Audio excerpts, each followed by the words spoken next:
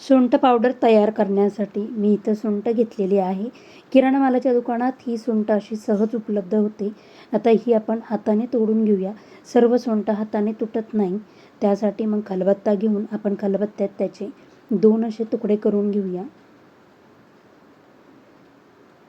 अशाच पद्धतीने सर्व सुंठचे मी तुकडे करून घेणार आहे. आणि आता एक मिक्सरचं भांडं घेऊन त्याच्यामध्ये ही सुंठ आपण काढून घेऊया. आणि मिक्सरला फिरवून आपण बारीक अशी ह्याची पावडर तयार करून घेणार आहोत. आपली सुंठ पावडर तयार झालेली आहे. पण सुंठमध्ये केशर असते, म्हणजे बारीक बारीक असे केस असतात, केसर असते.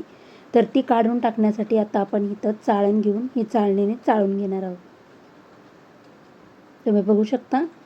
आता हे आपण चाळणीने चाळलेला चोथा फेकून न देता आपण ही चहापत्तीमध्ये टाकून चहासाठी वापरू शकतो.